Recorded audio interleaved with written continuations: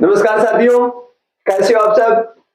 साथियों, आज की जो हमारी क्लास रहेगी, इस क्लास में हम भारत के अंदर 22 जनवरी को भगवान श्री राम का जो मंदिर अयोध्या के अंदर है, उस मंदिर में भव्य भगवान श्री राम की मूर्ति स्थापित की जा रही है। उस दिन संपूर्ण भारतवर्ष में 22 जनवरी को एक उत्सव के रूप में मनाया जाएगा साथियों। और आज हम इस क्लास में भगवान श्री राम का जो राम मंदिर है, उसकी कहानी को लेकर पढ़ेंगे। ये जो राम मंदिर की कहानी है, प्राचीन ऐतिहासिक घटनाओं से जुड़ी हुई कहानी है। और साथियों, मैं इस क्लास के अंदर आपको इस संपूर्ण कहानी के बारे में बताने का प्रयास करूंगा। मेरा आपसे निवेदन है, आप इस क्लास में बने रहें, इस क्लास को अंतिम पल तक देखें।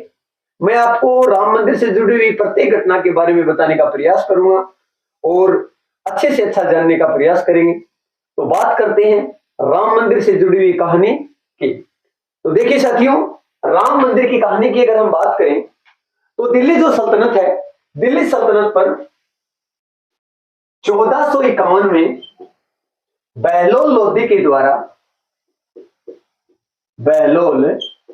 द्वारा लोधी वंश स्थापित किया जाता है। बहलोल लोधी के द्वारा 1451 ईस्वी के अंदर दिल्ली सल्तनत पर लोधी वंश की स्थापना की जाती है। और साथियों, अंतिम जो लोधी वंश का शासक था, 1526 तक रहा था ये लोधी वंश। और अंतिम लोधी वंश का शासक था जिसका नाम था इब्राहिम लोधी। इब्राहिम लोधी।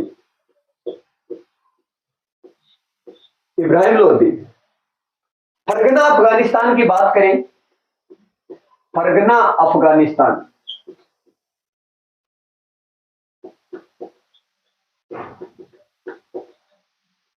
यहां का शासक जिसका नाम था बाबर, 1526 में भारत आता है। और बाबर और अंतिम लोधी वंश के शासक जिसका नाम मैंने आपको अभी बताया है, इब्राहिम लोधी, इनके मध्य 21 अप्रैल 1526 में पानीपत हरियाणा के मैदान में पानीपत का प्रथम युद्ध होता है। पानीपत का प्रथम युद्ध।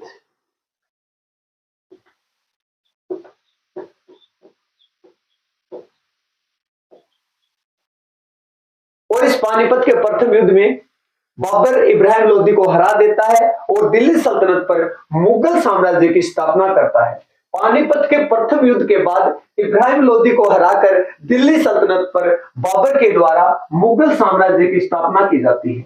मुगल साम्राज्य 1526 में। ये जो मुगल थे साथियों, इनके बारे में अगर हम बात करें, ये एक मंगोल जाति थी। मुगल एक मंगोल जाति थी और इनके द्वारा बाद में इस्लाम धर्म को धारण कर लिया गया और उसके बाद इन्हीं मंगोलों को मुगलों के नाम से जाना गया। साथियों आगे हम बात करें, ये जो मुगल साम्राज्य की स्थापना जो दिल्ली के अंदर कर दी जाती है बाबर के द्वारा। और बाबर का एक प्रसिद्ध सेनापति था, जिसका नाम था मीर बाकी सेनापति। बाबर के प्रसिद्ध सेनापति का नाम था मीर बाकी।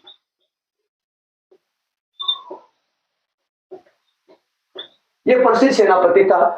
और साथियों, मीर बाकी के द्वारा अयोध्या के अंदर प्राचीन काल में राम मंदिर बनाया गया था। और उस राम मंदिर को तुड़वाकर मीर बाकी के द्वारा, जो बाबर का सेनापति था, यहां पर अपने शासक बाबर के नाम पर बाबरी मस्जिद का निर्माण करवा दिया जाता है। बाबरी मस्जिद का निर्माण करवा दिया जाता है।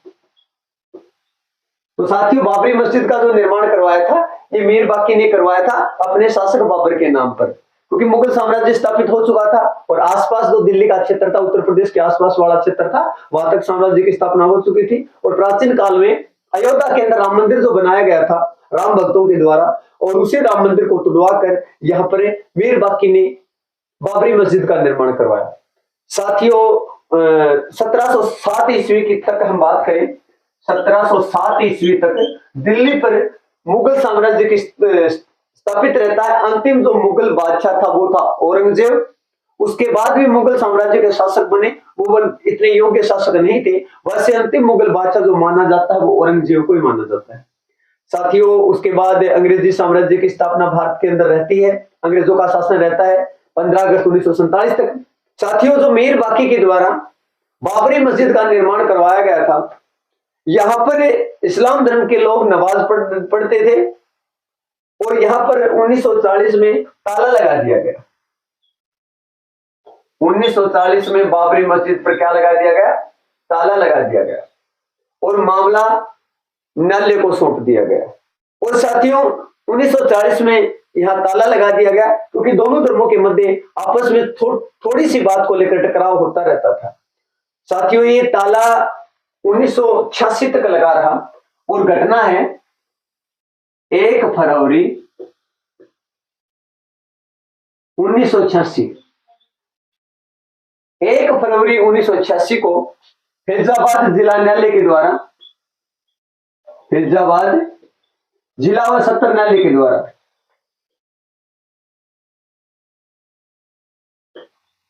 फैसला सुनाया गया। वहां का एक स्थानीय अभिवक्ता था जिसका नाम था उमेश पांडे। उमेश पांडे की अपील पर, उमेश पांडे की अपील पर, और न्यायाधीश जिसका नाम है कृष्ण महेश पांडे।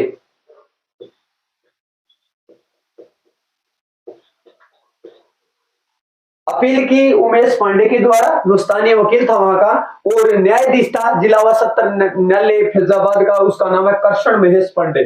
और इसके द्वारा फैसला सुनाया गया कि अयोध्या के अंदर जो बाबरी मस्जिद है, इस पर लगाया गया जो ताला है, इसको खोल दिया जाए और हिंदू धर्म के जो लोग हैं, राम भगत हैं, उनको यहाँ पर पूजा करने दी जाए। क्योंकि राम जन्मभूमि है, यहाँ पर राम ने जन्म लिया था और राम भक्तों का इस क्षेत्र पर अधिकार है, इस राम जन्मभूमि वाले क्षेत्र पर, और यहाँ पर वो पूजा करेंगे। साथियों, इसके बाद दोनों धर्मों के मध्य टकराव होता है, थोड़ी मोड़ी आपस के अंदर झड़पें होती हैं, दंगे होते हैं, और उसके बाद राम भक्तों के द्वारा भव्य तीर्थ यात्रा का आयोजन किया जाता है। और साथियों, उसके बाद राम भक्तों के द्वारा कार सेवा का आयोजन किया जाता है। हम बात करते हैं कार सेवा। कार सेवा, ये घटना है 6 दिसंबर 1992। 6 दिसंबर 1992 को राम भक्तों के द्वारा कार सेवा का आयोजन किया गया। कार सेवा के माध्यम से संपूर्ण भारत के राम भक्तों से यह आह्वान किया गया कि हम अयोध्या के अंदर भगवान श्री राम का भव्य मंदिर बनाने जा रहे हैं और आपको श्रमदान करना पड़ेगा। इसी आह्वान के साथ भारत के संपूर्ण क्षेत्रों से गाड़ियों में, ट्रेनों में भर भर के अयोध्या के अंदर लाखों की संख्या के अंदर राम भगत श्रमदान करने के लिए पहुंचे। और साथियों, यहाँ पर बनाई गई मीर बाकी के द्वारा 1527 में जो बाबरी मस्जिद थी, इसको उखाड़ फेंक दिया, इस मस्जिद को तोड़ दिया गया और उसके स्थान पर भव्य राम मंदिर का निर्माण शुरू कर दिया। इस बात को लेकर साथियों, हिंदू और मुसलमानों के मध्य बहुत सांप्रदायिक दंगे होते हैं और इस सांप्रदायिक दंगों को दबाने के लिए पुलिस कार्रवाई का भी सहयोग लिया गया और आपसी समन्वय बनाने का भी प्रयास किया गया। उसके बाद धीरे धीरे ये जो मामला है राम मंदिर वाला चलता रहा और आज ये राम मंदिर बनकर भारत के अंदर तैयार है।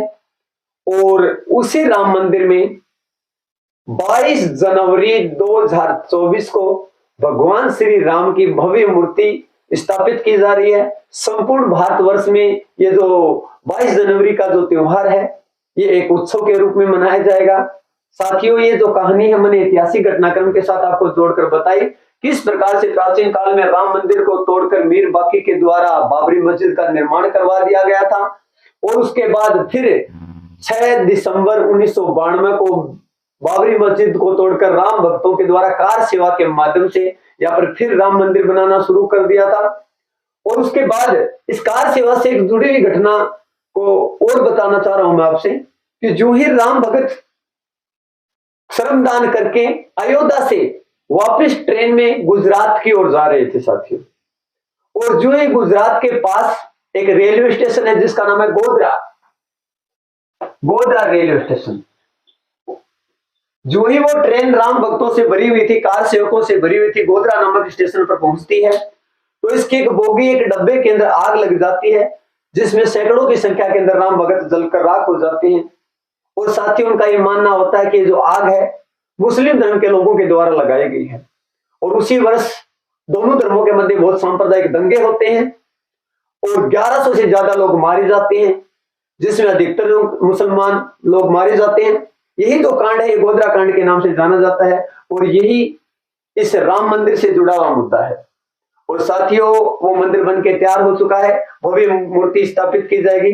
मेरा आपसे निवेदन है, अगर आप भी भगवान श्री राम को अपना इष्ट देव, आराध्य देव मानते हैं तो आप उसके नाम पर अपने घर के अंदर दीपक जरूर लगाएं और सांप्रदायिक सद्भावना को बनाए जरूर रखें। किसी प्रकार से सांप्रदायिकता की भावनाओं को लेकर अपने धर्म को श्रेष्ठ मानकर किसी दूसरे धर्म को हीन नहीं मानना है।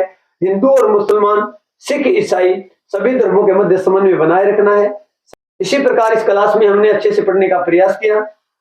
Thank you. जय हिंद, जय भारत।